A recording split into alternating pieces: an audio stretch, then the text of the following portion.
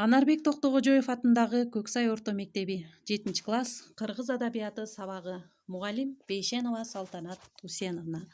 Саламатсыңарбы, урматтуу окуучулар? Бүгүнкү сабакта силер Мырзабек Тойбаевдин Жоронун жоруктары деген чыгармасы боюнча маалымат аласыңар. Мырзабек Тойбаев Чүй районунун Алчалуу айылында 1935-жылы 25 январда туулган.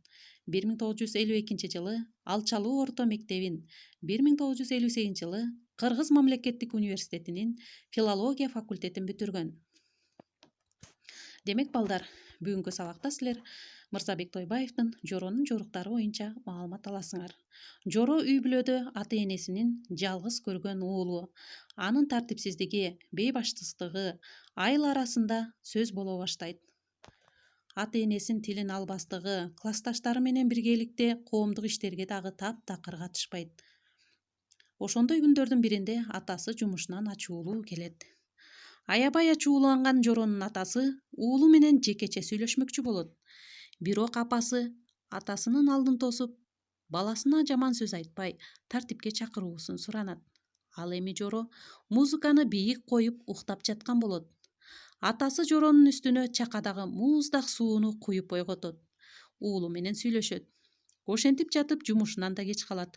Түшкү тамагын да унутуп кетип калат.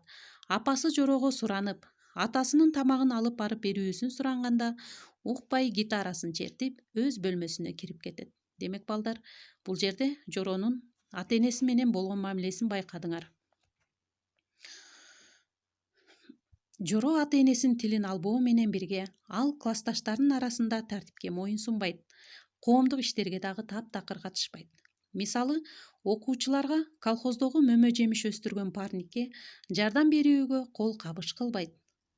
Алардан өзгөчө жүргүсү келип, тамекини буркуратып чегүүнү, вино ичүүнү классташтарына да сунуштайт.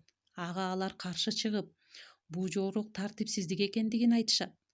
Окуучулар парникке жакшы иштегендиги үчүн бүт класс мугалими менен борбор калаага бармакчы болот. Жоронун бейбаштыгын, жоруктарын айтышып, саякатка баруу жана барбоосу классташтар арасында добушка салынып, баарысы анын парникке иштебегендигин айтып, борбор калаага кыдырып келүүдөн Жорону четтетишет. Ушул жаңылыкты Жоронун кошунасы Мира Жорого айтып барат. Мира: саламатсыңбы, Жоро? Жоро: саламатсыңбы, Мира? Мен сени кубандырганы келген жокмун, Жоро. Жоро: эмне болуп кетти? Мира: биздин класс бүт бойдон 5 күнгө борборго бармай болдук. Туристтик путевка менен. Жоро: ура! Мира: биздин класс бүт бойдон сенден башкасы, деп мукактанып жооп берет. Жоро: менби? Мени кошпой коюштубу? Ким ошентти? Деп Жоро ачууланат. Класста добушка коюлуп, саякаттан четтетилгендигин айтып, Жоро барбаса ал да барбай тургандыгын билдирет. Ошондо Жоро барбай калгандыгын, алардан калп эле бир жалган маалыматты таап алып, менин геолог тайкем бар. Мен геолог тайкем менен тоого барам деген сөздү таап алат. Ал классташтарына ошентип мактана баштайт. Тоодун бийик чокуларына чыгам деп. Саякатка барбай калган Жоро аябай арданып, жалгандан тоого, бийик чокуга кетип жатканын классташтары Мелиске, Мирага мактанат. Мелистин Жоронун парникке иштебегендигин ашкерелегендиги үчүн кек сактап калгандыгын атайын тийишип, Жоро сөз баштайт. Жоро: баса, силердин жөнөшүңөрдүн урматына кел, бир бөтөлкө винону атып салып, өзүбүзчө вино сатып алып ичпейлиби? Менде 2 сом бар. Дагы кимде канча сом бар? Чыгаргыла, деп Жоро сүйлөй баштайт. Мелис: энеке бай, вино ичелик дейсиңби? Жоро: жигитке 70 өнөр аздык кылат. Мелис: бирок бул жакшы өнөр эмес го? Тартипсиздик, деп Мелис жооп берет.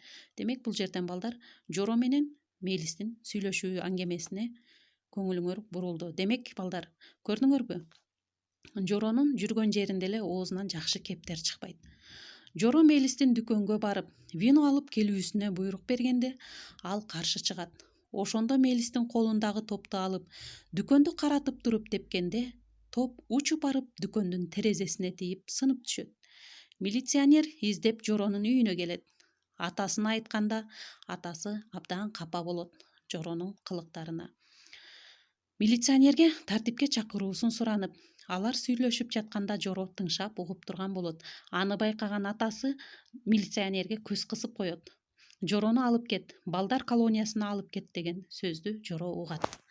Жоро атасы менен милиционердин балдар колониясына тапшыруу керек деген сүйлөшкөн сөздөрүнөн коркуп, тоону көздөй качат. Тоодо кеч калып коркуп, токойдун түнү, сүрү аны коркутат. Жоронун өзүнө коркунучтуу болуп угулат.